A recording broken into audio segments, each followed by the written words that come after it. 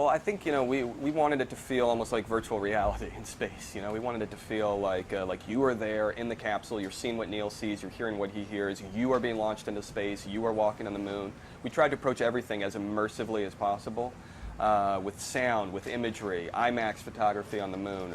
Just really put the audience in the shoes of Neil Armstrong.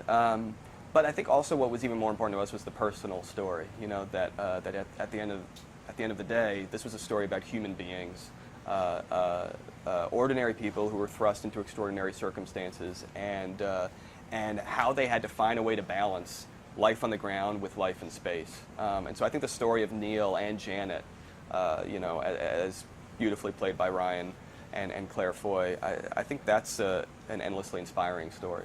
But I remember actually, even during the process of making this movie, every time I'd look at the moon, it seemed to speak to me in a different way than it had before. I think it has something to do with learning just how hard this enterprise was, realizing that I'd almost taken it for granted, that people had walked on the moon.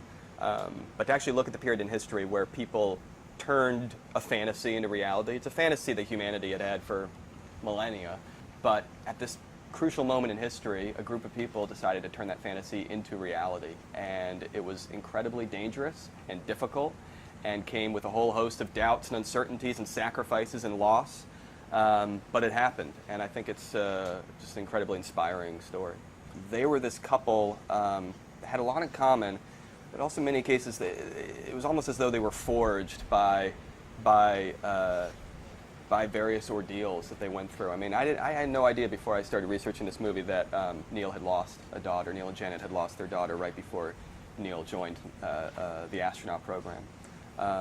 Or that so many of their closest friends were some of the people who perished along the road to the moon, fellow astronauts.